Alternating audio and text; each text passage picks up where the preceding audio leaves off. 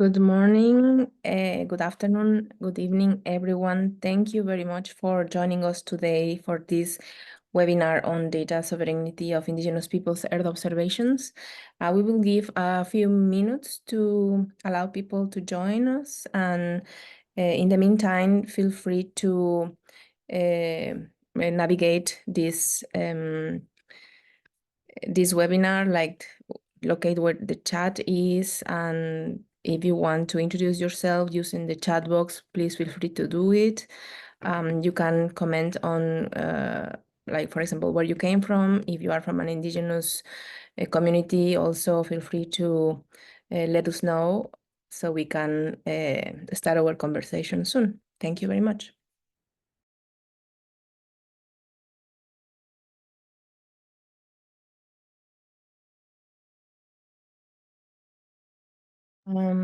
Before also starting, I would like to mention that this event is going to be recorded, and we will share the link of the recording through all the websites of of the organizations supporting this event, and also with all the attendees that kindly register for this.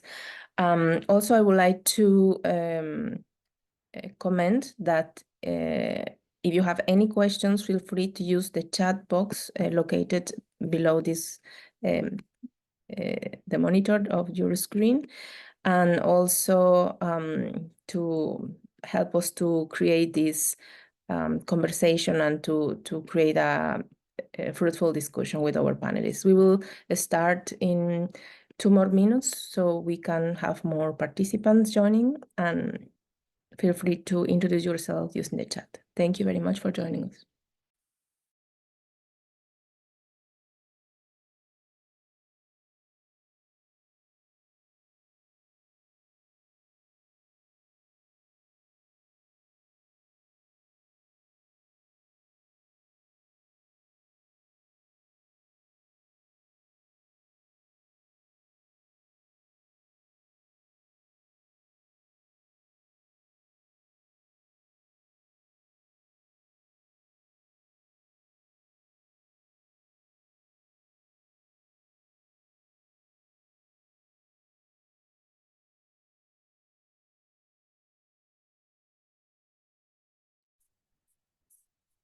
Okay, I see that we are now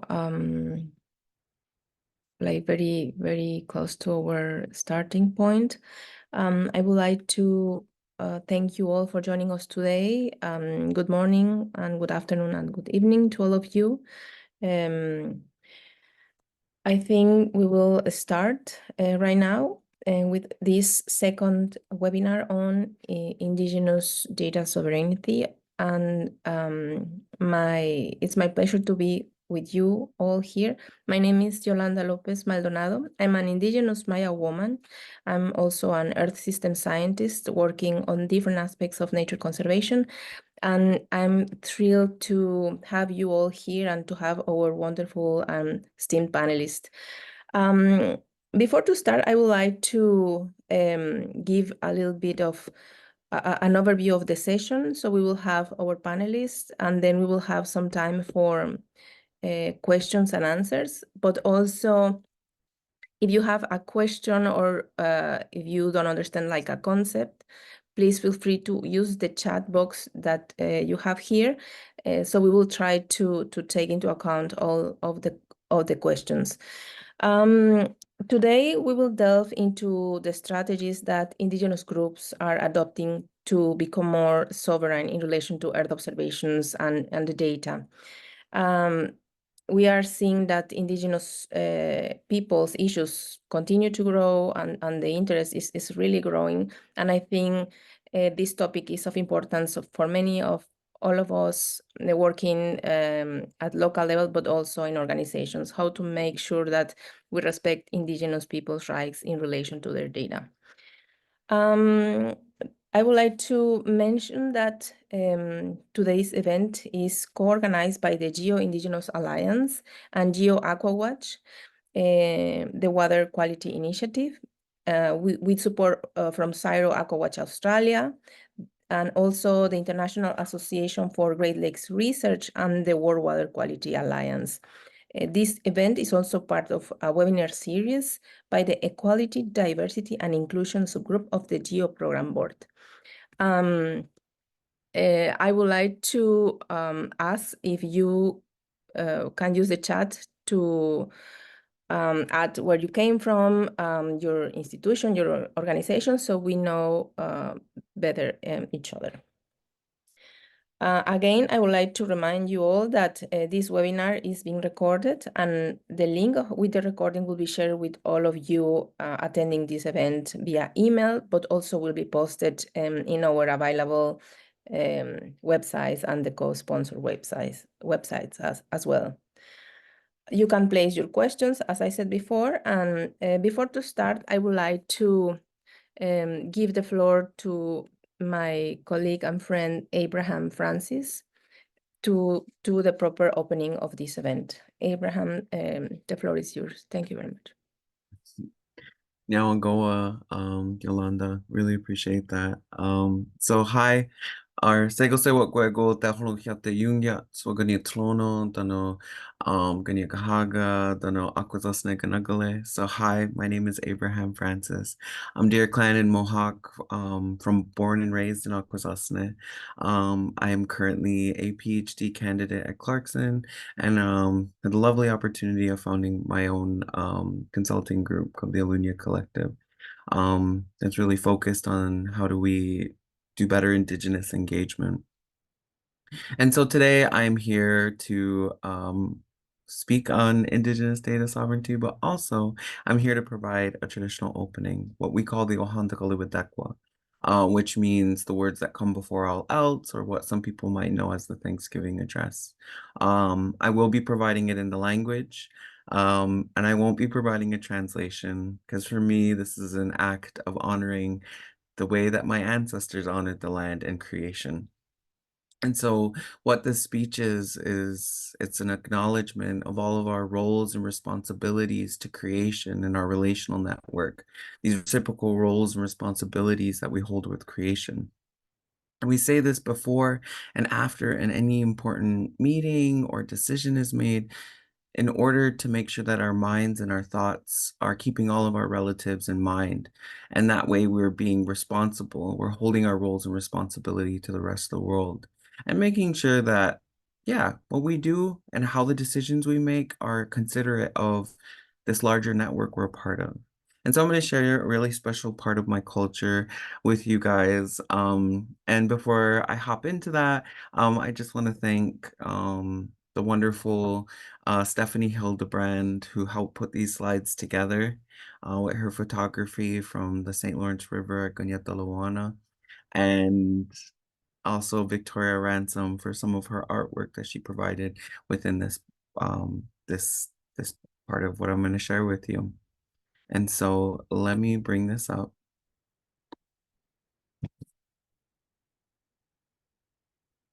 And so at the end, when I say what I sort of ask the people there to say is to, because what that means is we're bringing our minds, we acknowledge that we're bringing our minds together. And when you say to, or you say yes, or I agree, you're acknowledging that you agree to these words, even if you don't fully understand them. Just know, like, we're bringing our minds together to acknowledge aspects of creation for fulfilling their roles and responsibilities to each other and to us. So I'll hop right in. Kiongkiokwa sa wata hunsi o ska nigaliwesa, tanchitu nupalato ne sukwayatizo negadi o handa kaliwadakwa, ungwano headstone. Tonio tohak nigwat nigula. So Agwego aska de wapwet nuni ne angwat nigula dan etinolado ne ungwe suma. Ne agwego skana agahage de odo walye neganto o hunjage de wandalo. Tonyo tohak ne gwat nigula. So Agwego aska de wapwet nuni ne angwat nigula dano de tinolado ne yekini stahaji o hunjade ne ejit sego dayo natkawahage o na hoda sua dayo gwashne skana aya dewa nu tunyusage. Tonyo tohak ne gwat nigula. So Aguego aska de wapwet nuni ne guanigula dano de tinolado ne onega asuma. Gisego wados ayungwa ha dana wasta dano oskalagawe ne wahet koskayo. Tonyo tohak ne guanigula. To. Aguego aska de wapwet nuni ne guanigula dano de tinolado ne gajasuma. Ne wahe kionkiawis ne kaya dagon hatsala ne dosa aya da watun kayake. Tonyo tohak ne guanigula. To. Aguego aska de wapwet nuni ne guanigula da tinolado o hunde suma. Ne eji sego yonkia tagenhas okyake kakwa suma dano okyake anunkwa suma. Atsta. Tonyo tohak ne guanigula. To. Aguego aska de wapwet nuni ne guanigula dano de tinolado ne anunkwa suma. Ne eji sego yonkia tagenhas de un guashnye. Yonki junta. Tonyo tohak ne guanigula. To. Aguego aska de wapwet nuni ne guanigula de tinolado ne otela suma. Ne eji sego yonkia tagenhas dano okyake de wanunkwatsalunyata. Ne de un guashnye. Tonyo tohak ne guanigula. To. Aguego aska de wapwet nuni ne guanigula dana de tinolado ne gayen tusala. Ne eji sego dayo natkawa hage ne kakwa suma nona de watun kayaks. Tonyo tohak ne guanigula. To. Aguego aska de wapwet nuni ne guanigula dana de tinolado ne gahi suma. Ne eji sego yatigos dana gota de wanio ne guana ga nio hundesa ne eji sego ga nlines ne gahi suma. Tonyo tohak ne guanigula. To. Aguego aska de wapwet nuni ne guanigula dana de tinolado ne o jinua suma.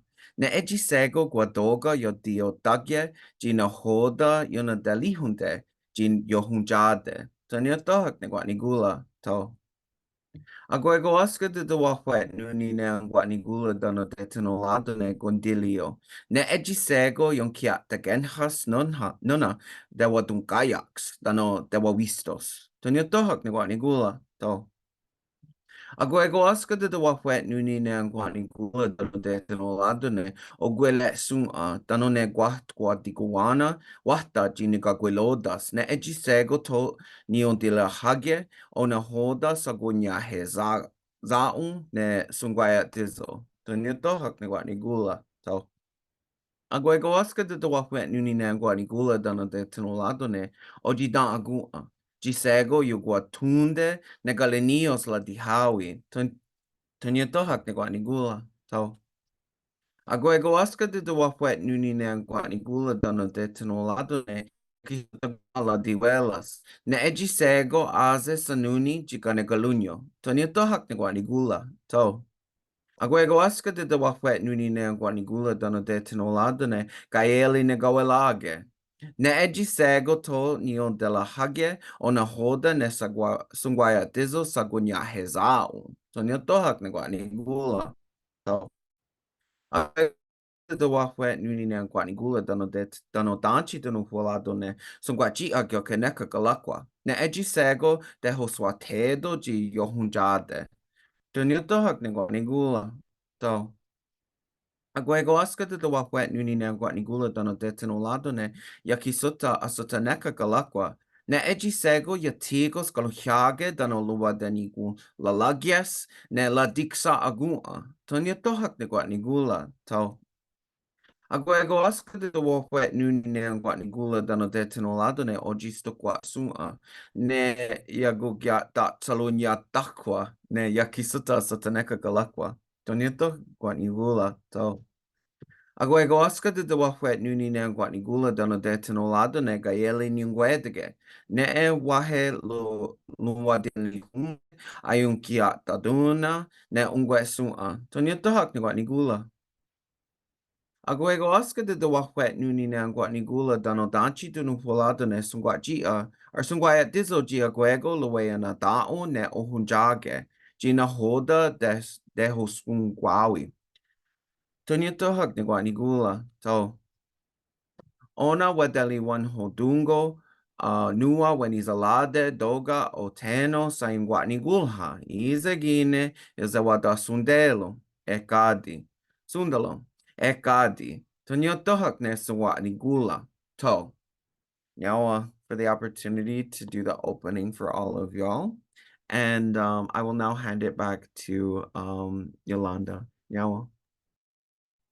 Thank you very much, Abe. This was really amazing. And also the pictures and the message that you wanted to communicate, even though that it was not translated to English, I think the majority of us, we were able to feel it and to understand a little bit of what you wanted to express. And I really thank you very much for giving us the opportunity to listen to you. I would like to now give the floor to our first panelist, and thank again to A for these opening remarks and opening words. I would like to introduce to Sarah Curley-Smith. If you can start showing your presentation, Sarah. Sarah Smith, she's an epidemiologist at Six Nations Health Services, where she focused on building data sovereignty for Six Nations health data and on applying an Indigenous approach to epidemiology. She is Mohawk Beer Clan from the First Nation community, Six Nations of the Grand River, Ontario. She completed her Master of Public Health at Macmaster University, undertaking research to study the effectiveness of tobacco control policies. She also conducted epidemiological analysis of tobacco use data from the Canadian Alliance for Healthy Hearts and Minds study. And through the completion of her Master of Public Health program, she also provided support to Oneganos and Indigenous Water Research Program led by Don Martin Hill. Thank you very much, Sarah, for joining us today, and the floor is yours. Yeah, thank you. Okay. Hello, everyone. So as mentioned, my name is Sarah Curley-Smith. I'm the senior epidemiologist at Six Nations of the Grand River. And today I'm going to be sharing my experiences as a community epidemiologist. And I want to note that, my experiences that I'm sharing today, this is just one pocket of kind of what's going on within Six Nations of the Grand River, and there's a lot of great work happening. But I want to focus on kind of what I can share and my, I guess, piece of it.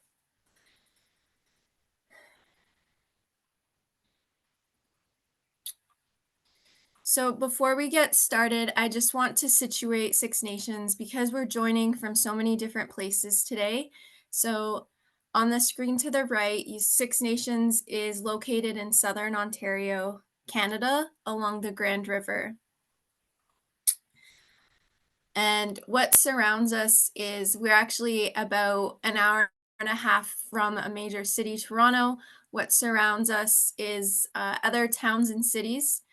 So we're generally a very urban reserve compared to some other reserves in Ontario and in Canada. So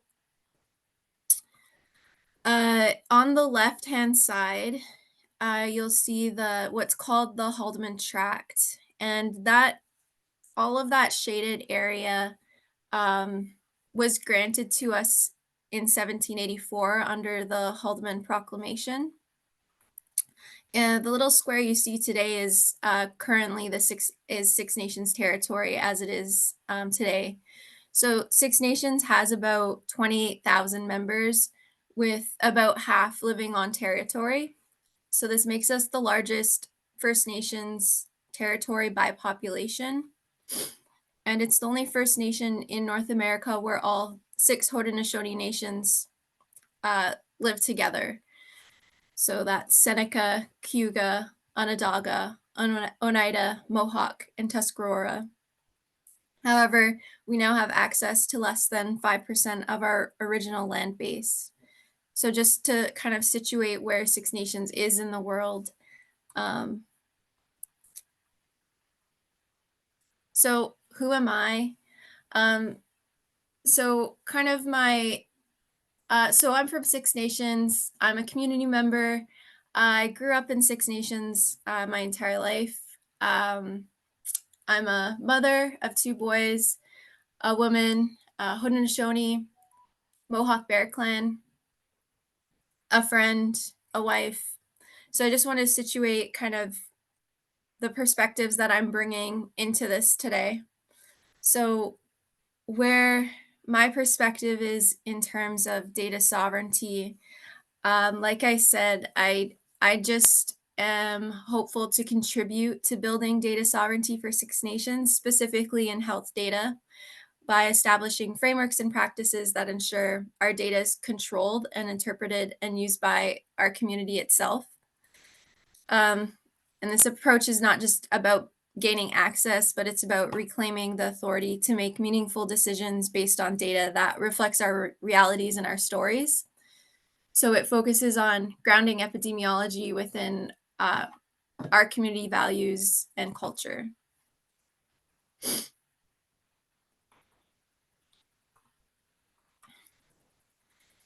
So in sharing my journey on data sovereignty work, I'm kind of sharing an example of why it's crucial for Indigenous people to lead these conversations, hold our data and its use. So my story, I hope to show the impact of centering Indigenous voices and experiences in this work. By sharing this path, I hope to show, so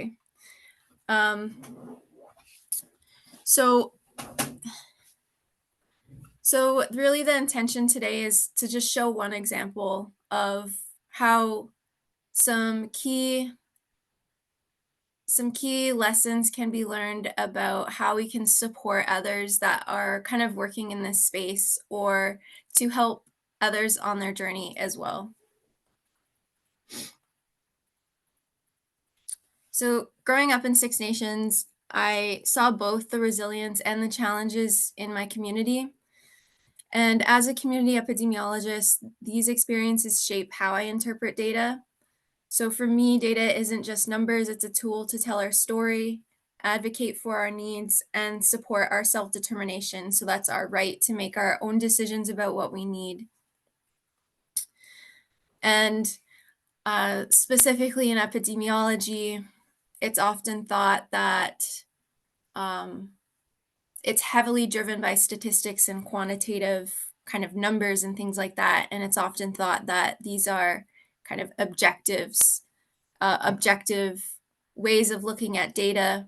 But there's decisions that are made every step of the way, from data collection to the way you are analyzing the data, the way you are interpreting it, that it's not as objective as you may think. So when other people are kind of doing the data collection or analysis, it can, and the interpretation, those pieces of themselves are being put into the way that the data is being interpreted. And when it's our own people having the capacity to do those things, it's a way of us to kind of share our story from our perspective and our viewpoint.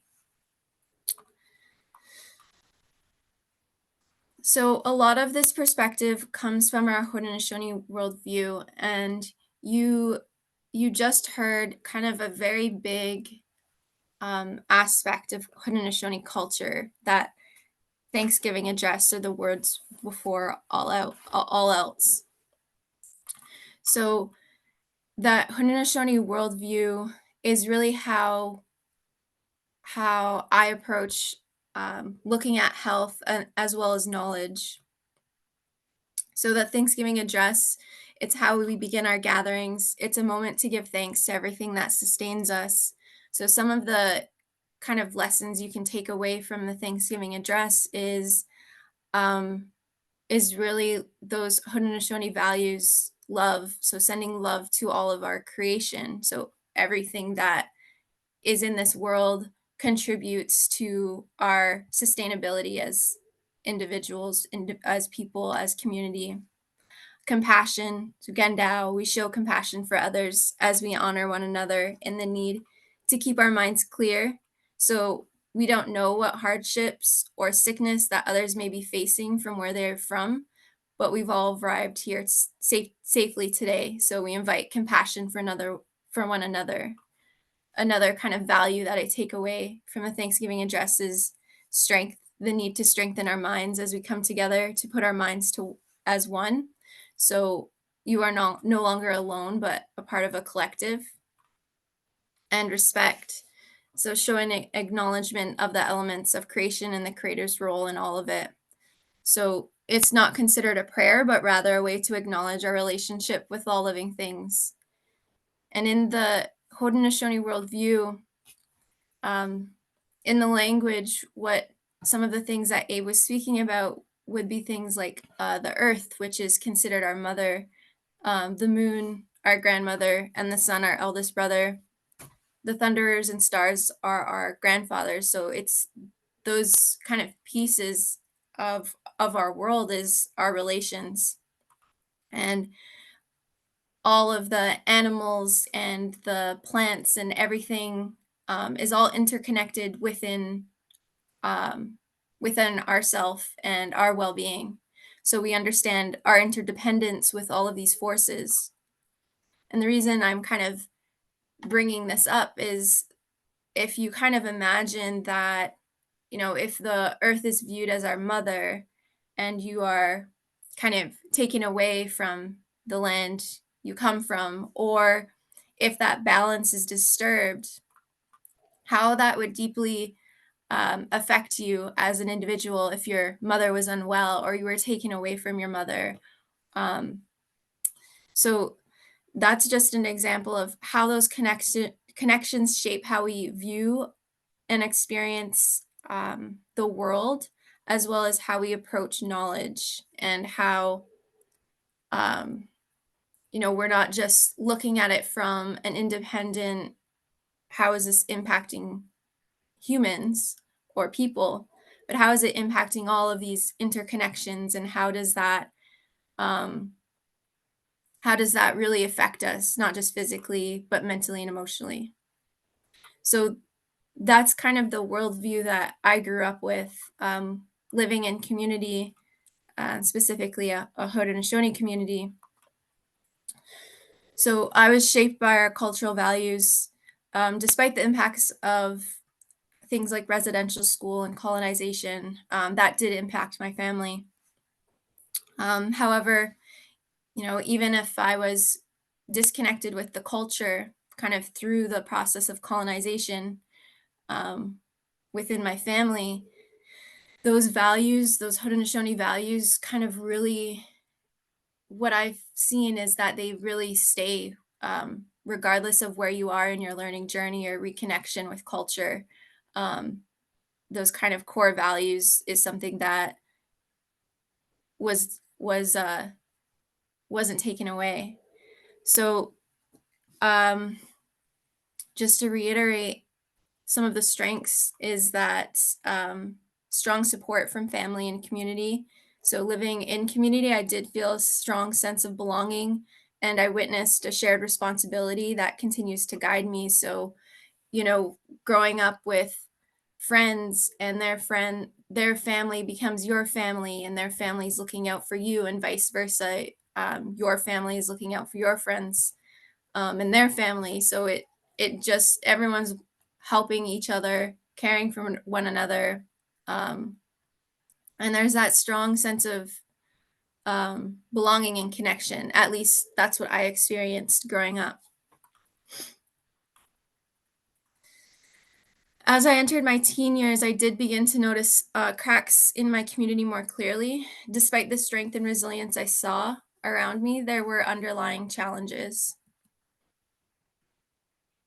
So many of the statistics that you hear about in Indigenous communities through my teen years, I started to kind of experience them or see people that I grew up with, family, friends, acquaintances, people I went to school with, experience some of those stark statistics: overdoses, suicides, violence, mental health, incarceration.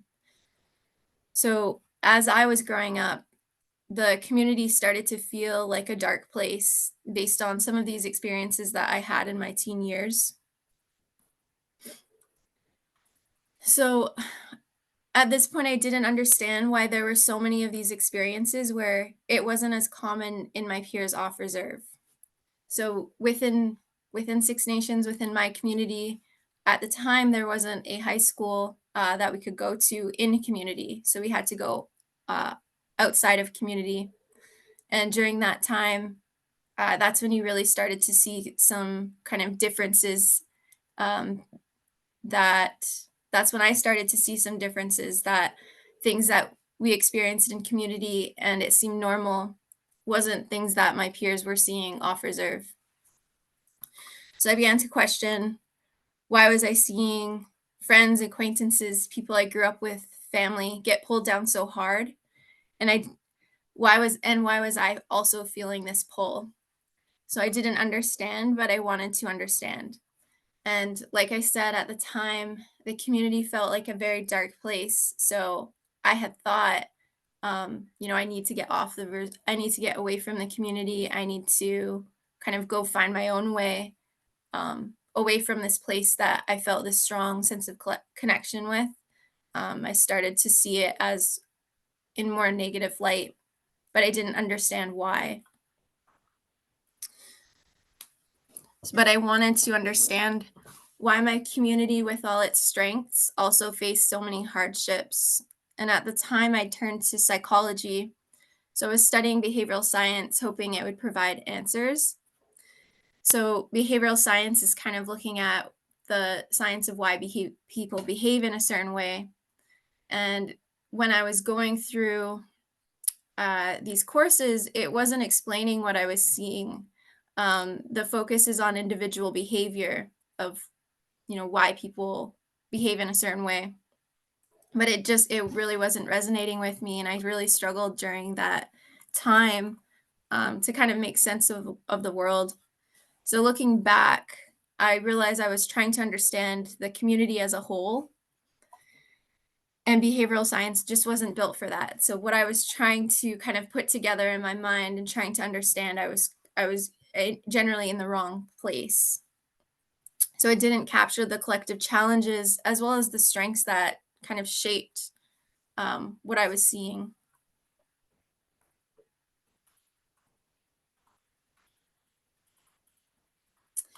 So like I said, I really struggled during that time to kind of make sense of the world, really. And I had took some time off to kind of understand what really drove me, and what did I want to do. So one area was fitness and health always resonated with me, and it provided a grounding path. So I thought I'd pursue a career as a personal trainer. So I went back to school in a program called Fitness and Health Promotion. During those studies, I came across the concept of social determinants of health, and this really opened my eyes, and it was kind of that light bulb moment of understanding how factors outside of individual behavior, individual choices really shape what an individual can do. So things like access to housing, food security, water security, living in community. We're very close to major cities, we're close to towns, yet a majority of the community doesn't have clean water. So that really impacts when you're kind of struggling with the basic needs, like having enough water, having clean water, having enough food, having a place to live. Things like some of those behaviors that you see start to make sense. There is another way. So this opened my eyes to something bigger. It wasn't just about individual choices, but about circumstances shaping them. For the first time, I had a sense for what I'd sensed all along, that our community's health and some of the things that we were experiences weren't from poor choices, but from a web of circumstances that were set in motion long ago. The social determinants of health reflected our reality, showing me that our health is shaped by far more than personal choices. So this was about understanding our story and our resilience in a new way. So I wanted to learn more about health promotion, so I pursued a degree in public health, where I discovered epidemiology. At the same time, I took on a position with our local health services, and this role exposed me to so many aspects of the organization. I worked on a range of projects, and because of my background in public health and my emerging knowledge of statistics, I was asked to help with a lot of data analysis. Much of this time, it meant providing knowledge translation, summarizing complicated and confusing reports that funders sent back to us. So funders would provide us perhaps with a report of service utilization, and maybe that has been sent back in the last 10 years. So I was asked to kind of look at what are some trends that we're seeing. And one of the things that I continued to come across was that the way the data was collected or what was being reported was different every time. So we couldn't look at those trends. And these were the data that the funders had was based on what service providers collected, and it was a requirement. So we were also looking at, well, how can we use this data? And what we found was that, we can't use the data. It's not useful. It's not providing us direction with where we need to go. But our service providers, who are also have really high caseloads, they're wearing multiple hats. They're overwhelmed in their role. They're also doing all of these reporting requirements for all of these statistics that are coming from outside of, this is what you need to collect. And it wasn't useful to us, and it wasn't helping us. So the goal was to make the data usable so we could make informed decisions and better understand our community's needs. Like I said, as I reviewed the data, I quickly noticed gaps. There was differences in the way things were collected. We had to collect different things. Definitions shifted. So it made it nearly impossible to piece together a clear picture. That's why I have this image here showing, we have these pieces, but it doesn't really provide us with a picture. And despite all this effort, the data told us little about the real needs of our population. And our staff were overwhelmed with statistical reporting requirements that didn't actually help us understand or support our community. In addition, we didn't even know if the funders were using this data in a meaningful way or how it was being used. At the same time, we were being asked in funding proposals to provide evidence of community needs and population health information. I'm sure many people have filled out those proposals where it says, what is your evidence for this need? And our data that we're required to collect didn't provide us with that information. But we also didn't have access to that kind of data. So within Six Nations, we operate within a mix of provincial systems. So within healthcare is overseen by provinces, and the federal system, so Canada. And because of that mix, we are kind of left out of the data environment within the province. And the federal system, data that flows through there is kind of considered owned by Canada. So we aren't granted access to the information.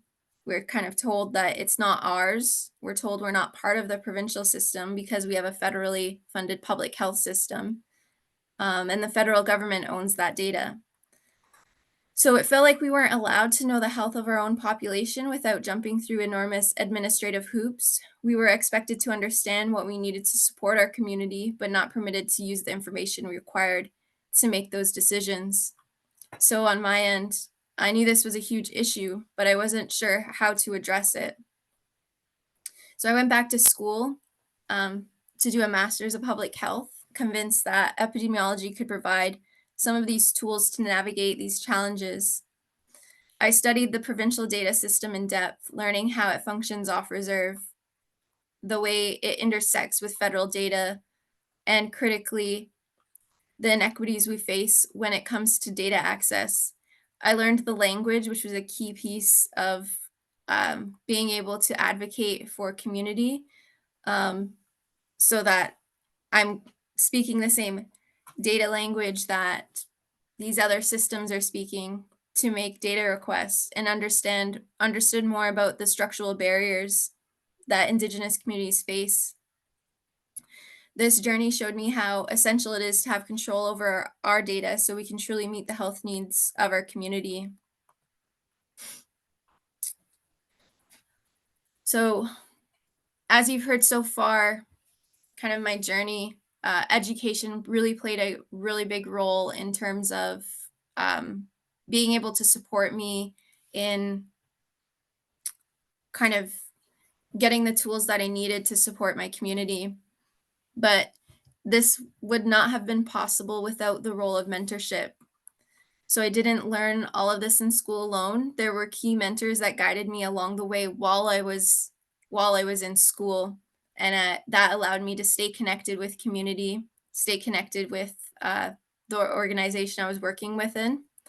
So without them, I would have struggled to find my direction. They offered perspectives that connected data, worked directly to our community's values and our realities, and taught me that mentorship is as much about cultural grounding as it is about knowledge. So I was encouraged to dig deeper into the systemic gaps in data, helping me see how it could represent our community stories and advocate for our needs. My perspective was valued and my curiosity was nurtured, showing me that data isn't just numbers, it's a way to capture our experiences and make decisions that reflect our context. A project along that time I was introduced to was Oneganos, led by Dr. Don Martin Hill. And it introduced me into a unique way of using science and connecting it with Indigenous knowledge. So it introduced me to a Haudenosaunee perspective and showed me how Indigenous knowledge could complement scientific research. And that project emerged from the lack of research on water in our community, despite it being such a huge priority.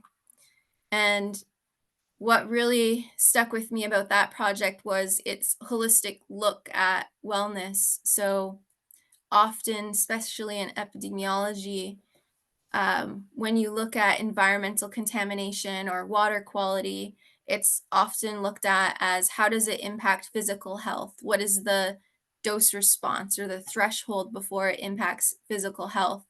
But as you heard earlier, from a Haudenosaunee perspective, that worldview of how we're deeply connected with our land and our surroundings, it's not just about physical health. When you're experiencing poor water quality or disconnection from your land or water insecurity, it's about all areas of well-being. So that work highlighted how deeply water is tied to our mental, spiritual, and cultural health. So it taught me that epidemiology could and should reflect this holistic view, grounding data in our relationships with the land and each other. So these mentors taught me that data work, when done right, respects and reflects our culture and the interconnectedness of our well-being. They guided me to see data sovereignty as essential, a way to ensure that data about us is shaped by us. Their mentorship has been crucial to my understanding of how data can genuinely serve our community's needs and priorities. So kind of a lesson that,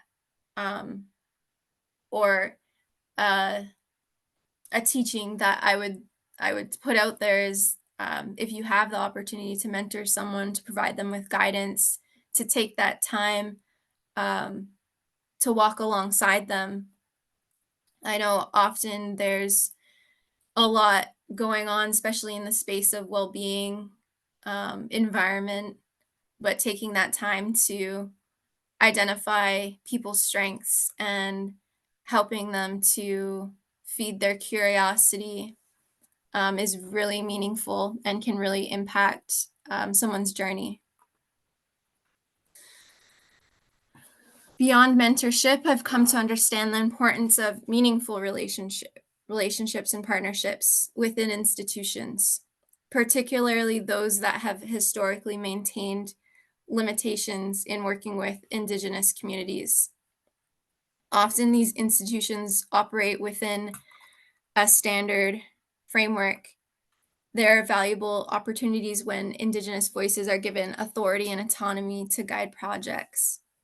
So there's been times where when I'm trying to get access to our health data, or we're trying to work on information sharing agreements, all it kind of takes is one role, one key person to hear what we have to say and to really take ownership and kind of say, like, no, this isn't right, that you don't have access to your own community's data, and to kind of support us in really being an ally and helping us work through some of these institutional barriers.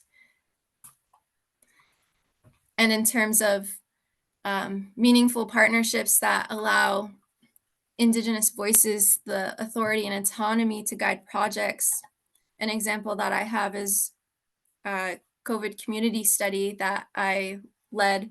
It's a research project focused on understanding the impact of the pandemic in Indigenous communities. So I was a site lead for Six Nations, and I was placed in a position of authority with the autonomy to make decisions. So this allowed me to advocate for our community's needs, ensuring that the research aligned with our values and perspectives, as well as being culturally safe. Having this influence made it possible to shape the project in ways that reflected our priorities, bridging the gap between institutional and research practices and our community's unique context. So with that specific project, there were kind of barriers that we faced along the way because we were doing research in a way that isn't typically done, or certain things aren't particularly prioritized. So, for example, within Six Nations, providing people with food, providing with people with the opportunity to gather, to connect, is really important. And it was really important for us to be able to provide that when we're recruiting people for this research. And on the Sarah, research.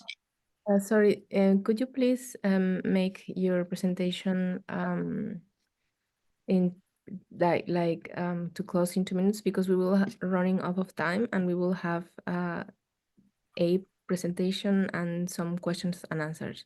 So just to let you know that in 1 or 2 minutes, please feel Yep. free.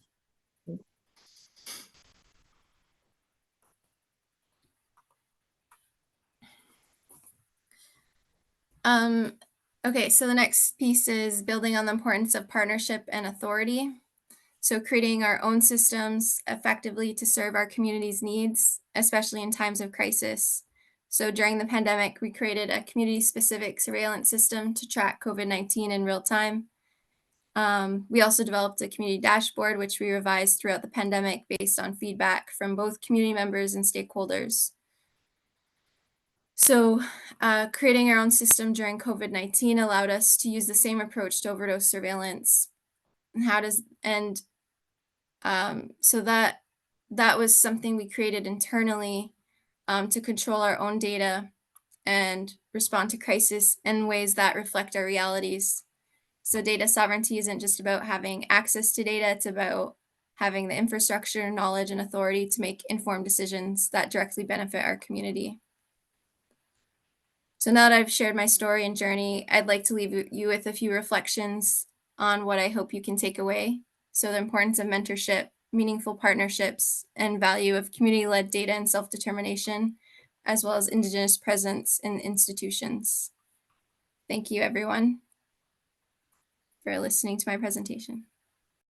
Thank you very much, Sarah, and apologies for keeping the time, but since virtual times are going really fast, yeah, we had to go with our second panelist, but I really appreciate sharing with us your experience and to emphasize the challenges that Indigenous peoples face in several aspects like health and data management, data sovereignty. But thank you very much. And also I would like to remind to all our attendees to this session that you can ask any question using the chat box that is located below your monitor.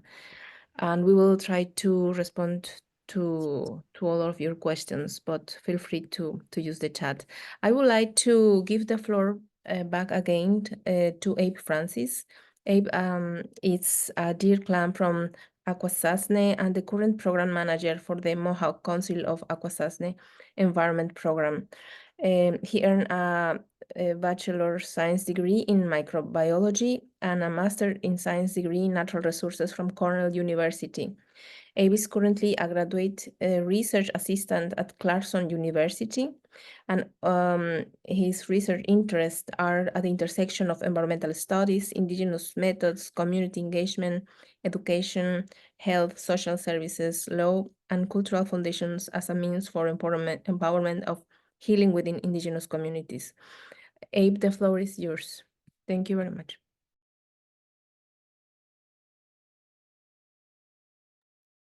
Sego, everyone, really honored to have the opportunity to present this work.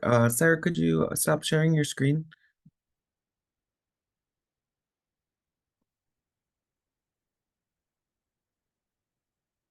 Thank you so much. So I'm here, just kind of situate and locate myself. I am doing my best today, to stay engaged and stay actively participating in this talk. A little bit more about myself. So I introduce myself, my clan, my community, my nation. Um, Previously, and a lot of this work is a culmination of experiences across my educational career, across my work experience, my so much of just even my own personal reflection. And for me, this is what sort of grounded me in this talk today. And I want to extend my gratefulness to Lydia Jennings for affirming and asserting the importance of Indigenous data sovereignty and not just data sovereignty that impacted me just even from meeting her, and how our relationships are so critical to the way that we understand these. And so I'm not trying to claim any expertise in this sort of field. This is just something that has had to be a part of the work that I do throughout my career. And in particular, just from the experience of like when data sovereignty isn't affirmed, and fighting for, say, data sovereignty or even just access to our data in so many ways, and the way that like I integrate my culture and so much of who I am in this process. And so a bit of this is my environmental science and service manager experience. A bit of this is my time as a graduate student, my time as a consultant, all sorts of experiences that come into this place and remind me of why it is and so important that we assert this and affirm this. And so today I present to you these thoughts and these reflections as an Indigenous ecologist, as an Indigiqueer ecologist, as somebody that looks and feels and experiences the environment through numbers and through stories and through my own experiences. And so what I offer up is a relational approach grounded in Haudenosaunee teachings and experiences. And I want to, before I even get started, I just want to acknowledge the women that have made my work, have taught me so much. It was Marina Zafiris, who is from Akwesasne as well, that introduced me really into data and the importance of data and the importance of protecting it, and exposed me just to this complex, diverse world. And I just wanted to expend my gratefulness to her. I also want to extend my gratefulness to Dr. Jessica Dolan, an ethnobotanist who also taught me, well, worked with me as we tried to put together an annotated bibliography years ago and exists in this folder of incompleted things that just appears to be the story of my life. But I continue to learn and be exposed to people that teach me more and more in depth about this and share their resources with me. I want to extend my gratefulness to Dr. Brittany Jock, who is a professor at McGill University and who really just started sharing so many resources with me and had critical conversations with this about me. And, you know, I'm just really grateful to her support and her criticalness within the different research groups that that we've had the opportunity to work on or sit on or observe together that has occurred in our community. And I want to extend my gratefulness to Robin Rowe, who gave this amazing presentation to an Indigenous environmental network and just really hit me. And then over a couple of cigarettes and a good conversation at a gathering, we just sat there and we shared and we laughed. And I'm so grateful to her for teaching me even more depth about data and the importance of data sovereignty, and you know how she almost had me wearing a little aluminum cap at times. And I'm so just grateful to all these women and even to Lydia Jennings and to Sarah for you guys just participating in to this group that invited me here to participate in this talk. So some of the sources of insight that I draw on in my work in particular are the Akwesasne Task Force on the Environment's Research Advisory Committee's protocol for the review of environmental and scientific research proposals. And in particular, I've seen this beautiful weaving of our traditional teachings, the Great Law, the Guyana La Goa, that Skana, Gasanstasla, that Gatni Guhlio, the way that it was woven into the guidance that was this Good Mind protocol of how to do research in a good way with Akwesasne. And I'm so grateful that they were already onto this in the 90s, and even in there, they were like, our data is our data. No questions asked.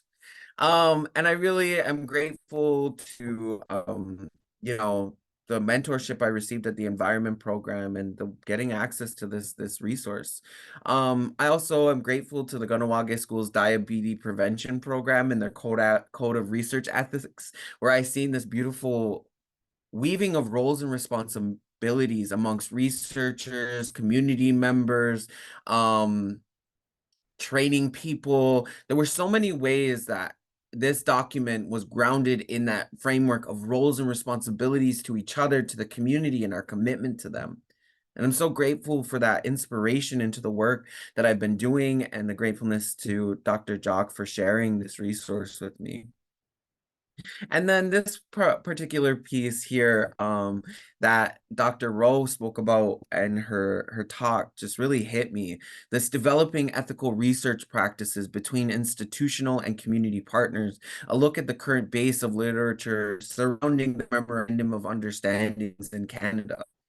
And as a part of MOUs, that they could be these agreements that could help affirm our relationships. And I continue to grow in my understanding of memorandums of understanding and my own experience of writing some of them, and just how there's a lack of them available for us to reference in Canada. There's lacking in the agency that Indigenous people have within these MOUs. And what this beautiful was this way that this paper just articulated, this is what you should have in there. These are the ways that you should be negotiating your relationship. And it reminded me so much of how we are conceptualized, how we as Haudenosaunee people have conceptualized these through our traditional teachings as well. The roles and responsibilities that we lay down within the Ohanda Galiwadakwa, the way that we maintain healthy relationships through the Great Law, the Guyana La Goa, and how can we reimagine these things and these MOUs in our relationships that we have with external agencies and outside groups so we can protect our knowledge and protect our data, not just our health data, but also our environmental data? Because this is what connects me to this place and connects me to this land, and we deserve to know about what's going on here. And a super important part of how this has looked and how this is conceptualized is through the Turo Wampum, which has been this teaching and this treaty that guides me in so much of my work. the way that the Guyana Lagoa, which I have kind of reimagined here. I don't know, I was driving and I had this idea of seeing the Guyana Lagoa in binary code, which I think is kind of weird. I mean, I have other things I want to throw in there and think about, but that for me, this was about how I was reflecting those traditional teachings in a digital space. That those white rows around it spell out Skana, Gusan Staslan, Gatni Guhlio, peace, power, and a good mind. These are foundational pieces of that agreement. And that on the top, we have the word for canoe, onage, and that we have on the bottom the word for ship, which you know, currently I'm now struggling to remember, but it's gahueya. And I see this framework, and if you'll notice at the very front, it's white because we have this opportunity, because this isn't always affirmed. And so I use this teaching to help negotiate my relationship between Indigenous and Western methodologies. I'm interested in the research process, but continue to be reminded of the importance of Indigenous data sovereignty. And I've had this beautiful opportunities and these learnings to integrate these teachings into the work that I'm doing and how I am now speaking to you guys. And so I'm really excited about the opportunity to reimagine these MOUs, how it was Ettinger and Ransom that talked about environmental collaboration, utilizing and negotiating with the Great Law, or with the Guyana, or with the two row here, and they talked about MOUs. Back to this work, and I was like, hey, let's like reimagine these agreements through these traditional teachings. And so, you know, and I want to extend my gratefulness to Shannon Hall, who affirmed a relationship between St. Lawrence College and another university and this bundle, and how they gifted wampum between them to hold the responsibilities between the two, and how this can be a powerful tool of reminding each other of our roles and responsibilities to each other, our teachings, and that we have to polish this and remind each other of our relationships consistently. And so as I start moving forward and I imagine the two row, I imagine other agreements that we can start thinking about in the future as we negotiate relationships, I finally feel like I have the inspiration to write an MOU about data sovereignty. Maybe not. Like I'm grateful I have all the people in my life that I can toss it back to and have a conversation with about this. That, you know, I've recently finished, or probably a while ago, but I finished this MOU for the river strategy, where I was able to integrate my traditional teachings into this document, and that identified roles and responsibilities of allyship within our work around the care collecting around the St. Lawrence River, the Ganyalawana, that we're here. And this is my community here in Akwesasne behind the two row. As I start thinking about this, you can easily find us on a map because we're right where Quebec, Ontario, and New York come together, which makes everything so much harder, which makes me imagine and concerned about what data can we access and what kind of issues can we address in this process, and what kind of barriers are going to get in the way. Because you know what? I have been consistently reminded over the past couple of years that regardless of my success as an Indigenous person, this border and these institutions are going to consistently remind me that I'm an Indian. What Sarah shared about, I've watched so many of my friends pass. I've watched and experienced the full brunt of this border. And even in relationships, research relationships, when I was the environmental services manager, people respected my voice. But as soon as I became a student and a candidate at Clarkson, it was almost like, oh, we don't owe you anything. And so I'm really intrigued by the access and the affirming of Indigenous data sovereignty, and the way that I was denied access to information for my dissertation because an institution decided that they didn't need to share information with me. And the real person that should have had that information was the person that replaced me at Mohawk Council. And so I've been asking them, and I shouldn't have been asking this institution, and yet they were still able to deny me access to data that was about caring for shorelines in my community. And it breaks my heart. And as I move forward in my career and my work, it's like, who owns the data, the ideas, and the things I create? Is it because I created it at Clarkson or I created it in a contract or something that then now my people don't get access to it? And these are the things that I'm now starting to think about and consider, and the implications and how my identity shifts across the system in this so many different ways. And so I hold space for that, and I continue to work through and these experiences and these teachings and the importance of data sovereignty in our relationships. The environment is not exempt from that. This is not free access data. And I think it's important to remind ourselves of that.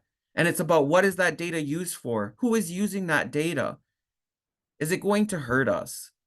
And so I continue to sort of dream on these, and I'm going to be connecting with this beautiful community, thinking about continuing to grow my understanding of Indigenous data sovereignty within these contexts, calling it into the field of ecology, calling it into the work that I do, and hoping to create ecosystems and landscapes where my people can protect their knowledge. That people can understand that there is knowledge that I don't have access to in my community, and that there's knowledge that is private for our community, and there's stuff we want to share with the world. And we should have the decision and opportunity to do that. And it's not some radical idea. It's not something that's so formative to the system. Having a say over your people's knowledge and your data and who you are is something that is so fundamental. And so I just wanted to share, like, this is my experience, these are my thoughts, this is where I'm at, my gratefulness to all the people that have loved me and supported me in this process. I extend my gratefulness to Michael Twist, to Tom Langen, to the committee that supports me at Clarkson, to my community, to my family, to everybody that cares and loves for me in this process, that takes the time to teach me things, lets me experiment and make mistakes, that holds time for my depression and my grief as I struggle with the continued violence of these settler states that don't want me here. And so I am so grateful to all of those people. Yawagoa Tuknigo. Thank you very much, A, for sharing also your experience and the path you have followed in your career. And also thank you again to Sarah for sharing the really important insights of her career. So as we approach the end of this session, I want to take the moment to remind you that you can ask any questions to our panelists using the Q&A button that you have in this screen. And also to remind you that we will have a very short closing ceremony that Abe will also help us with that. So I will take a few questions that we already have in the chat. I don't know, Sarah, if you are still with us, but there is a question for you, Sarah. Have you looked at data sovereignty and intersects between social determinants of health using high-tech resources like data science and use special tech tools and data collection approaches derived from community-based participatory research? If you can say a few words, or if you want to comment on that, it will be really helpful. Thank you. Sure. So one of the gaps that, as we're getting more access to what's called administrative health data through these different systems, is that, so those are things like why people are visiting the hospital, how many people have diabetes in the community. So that is just kind of one piece of the puzzle. Another piece is those social determinants of health, and within community, we are working on a community health survey that would be done kind of every 5 years, that would capture some of those risk factors, protective factors, and those determinants of health to help fill in those pieces of the puzzle. And that work has been done through a number of collaborators and stakeholders in the community to kind of come together and identify, these are the things that we want to know, these are the stories that we want to tell. So we're kind of doing an internal data collection process in that, which is actually getting rolled out soon. Thank you, Sarah. I have a question for you, Abe. Perhaps you can elaborate on how can Indigenous data sovereignty be integrated into national legal frameworks to ensure the protection of our Indigenous knowledge and intellectual property? Perhaps you can give us one example that comes from your experience, or I don't know, anything you would like to contribute. Yeah, I feel like that was a question for Lydia. Because I'm not totally certain on necessarily how that could work. I mean, the way that I look at it is here in Akwesasne, how we're affirming agreements across this complex geopolitic here, where we're got to think about Quebec, New York, Ontario, Canada, United States. We also have our internal band, and we also have a tribal council, and the Mohawk Nation Council of Chiefs is sitting here in Akwesasne, and so we're constantly negotiating so many different identities here in Akwesasne. And like the one way that I sort of like reimagine these things, right, is like through our traditional teachings. I would love to see our knowledge protected, and in particular, sort of like the open source data that we could offer up in this way of thinking like about the one dish, one spoon teaching, which is this teaching about, which is like the Haudenosaunee and the like Indigenous communities response to the tragedy of the commons for this area, how we agreed to share territory and care for the resources in that area. And not resources, I'm still trying to train certain things out of my mouth, but our relatives. And I think about agreements on this scale and in this way where we affirm and we articulate these. So I haven't seen anything super successful yet. I think Lydia could give a beautiful concrete example. And I think that this is when I look at the Great Lakes St. Lawrence ecosystem or watershed, this is what everybody's struggling with. How do we negotiate Indigenous data sovereignty in these landscapes? How do we get Indigenous people involved? And so that's always been a really intriguing dimension of what that could look like. But I always try to come back and remind myself, like right now, for where I am in my career, my work is focused on Akwesasne and caring for our environment and caring for, so if me and my community cultivate things that is beneficial to other people and other communities and we want to share that, then we will. But I'm trying to prioritize the health of my people, our culture, our land, and our caretaking for future generations at the time. So I hope that helped a little bit. Thank you, Abe. The time is really running fast, and I have another comment and I have questions. So we will make sure to respond to all and to share your questions with the panelists. But now I would like to ask Abe if you can give us a few words to close this session. And also, I would like to apologize because our third panelist, Dr. Lydia, she had a personal matter to attend this morning, and she couldn't be with us today, and she really apologized for that. But we will make sure to have her in another event or another webinar, and we will let you know. So, Abe, could you please help us with the closing ceremony? Thank you. Sure. So again, I'm gonna provide the closing this time, and it's very similar to the opening. It's basically the way that I heard it, and I understand it is when we do the closing, we close this fire that we started together, and we release everybody back into their normal life. And so, hold space. What I'm talking about is on that screen. And there's plenty of wonderful teachings out there, and so I will run through that again. Oh. Wrong one. Wrong one. Hold on.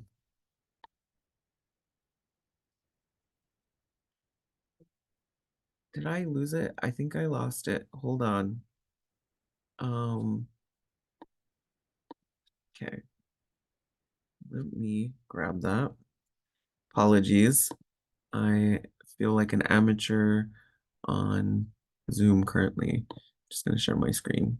So there we go.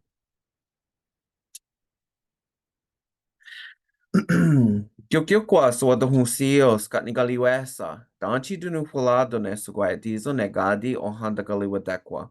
Onguano hetsto. Tony otohak negwatni gula.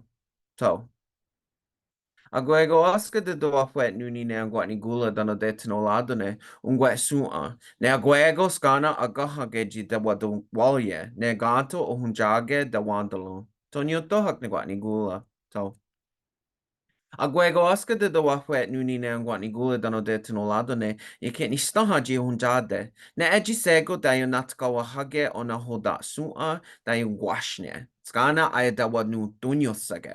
Tonyo tohak ne gwat ni gula. So, agwego Oscar de do wafwet nuni ne angwani gula dano de tinolado ne onega su a gisego wados ayo guahat dano watste dano oscalagoe ne wahetko skayo. Tonyo tohak ne gwani gula. To. Agwego Oscar de do wafwet nuni ne angwani gula dano de tinolado ne gajet su a ne wahi gyonki awis ne gaya daga hatsala ne dosa aya da wanu gaya ke. Tonyo tohak ne gwani gula. To. Agwego Oscar de do wafwet nuni ne angwani gula dano de tinolado ne ohunde sua. Ne ejisgo yung kia tagen has okya ke sua dano okya ken onun kwa sua de watsta. Tonyo tohak ne gwani gula. Agwego Oscar de do wafwet nuni ne angwani gula dano de tinolado ne onun kwa sua. Ne ejisego yung kia tagen has de yung washne.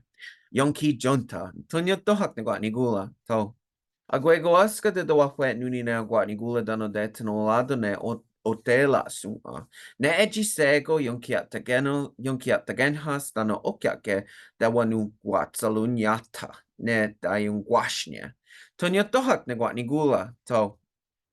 Agwego Oscar de do wafwet nuni ne angwani gula dano de tinolado ne gayon tosala. Ne eji sego na dayo natkawa hage ne kakwa sua nona da wadu gayaks. Tonyo tohak ne gwani gula. To. Agwego Oscar de do wafwet nuni ne angwani gula dano de tinolado ne gahi sua. Ne eji sego yatigos dano guda de wenio ne guatguaguana. Ga ni hundasa ne eji sego ga ni lines ne gahi sua. Tonyo tohak ne gwat ni gula. To. Agwego Oscar de do wafwet nuni ne gwat ni gula dana de tinolado ne oji nua sua. Ne eji sego guadoga yo de otagye ji na hoda yo na dalihunte ji yo hunjade. Tonyo tohak ne gwat ni gula. To. Agwego Oscar de do wafwet nuni ne gwat ni gula dana de tinolado ne gondilio. Ne eji sego yon kia tagenhas nona de wadun kayaks dano de wawistos. Tonyo tohak ne gwat ni gula. To. Agwego Oscar de do wafwet nuni ne gwat ni gula dano de tinolado ne ogwele sua. Dano ne gwa wa diguana, wata ji ne gagwilodas, ne eji sego tonio de la hage, o na hoda sa gunya hezao ne sungwaya tizo. Tonyo tohak ne gwat ni gula. To. Agwego Oscar de do wafwet nuni ne gwat ni gula dano de tinolado ne oji da agua. Ji sego yo guatunde ne galenios la di hawi. Tonyo tohak ne gwat ni gula. To. Agwego Oscar de do wafwet nuni ne gwat ni gula dano de tinolado ne yakisuta gu ala diwelas. Ne eji sego azis nuni ji ganegalunyo. Tonyo tohak ne gwat ni gula. To. Agwego Oscar de do wafwet nuni ne gwat ni gula dano de tinolado ne gaele ne gawalage. Ne eji sego tonio de la hage ona hoda ne sungwaya dizo sagwanya hezao. Tonyo tohak ne gwat ni gula. To. Agwego Oscar de do wafwet nuni ne gwat ni gula dano danchi dunu holado ne sungwaji agyo keneka galakwa. Ne eji sego de hoswatedo ji yohunjade. Tonyo tohak ne gwat ni gula. To. Agwego Oscar de do wafwet nuni ne gwat ni gula dano detinolado ne yakisuta asateneka galakwa. Ne eji sego yatigos galuhyage dano luwadeni guslalagies ne ladiksa agua. Tonyo tohak ne gwat ni gula. To. Agwego Oscar de do wafwet nuni ne gwat ni gula dano detinolado ne ojisto kwa sua. Ne yago gya dat salonya takwa. Ne yakisuta asateneka galakwa. Tonyo tohak ne gwat ni gula. To. Agwego Oscar de do wafwet nuni ne gwat ni gula dano detinolado ne gayeli ni wedge. Ne wahe lo wadeli hunde ayon kia tanona ne ungwet sua. Tonyo tohak ne gwat ni gula. To. Agwego Oscar de do wafwet nuni ne gwat ni gula dano danchi dunu polado ne sungwaji Sungwaya dizo Gio Guego, Lueana Daun, Ne Ohunjage, Gina Hoda, De Sungwawi. Ona wedali one holdo, nua when is alade, doga, oteno, sangwatni gulha. Izegine, yeza was sundalan, ekadi, nihunda, nesawatni gula. So, now go everybody for listening. Appreciate the opportunity. Appreciate the insights from everybody today. Thank you for joining or for sharing space with me today, Sarah.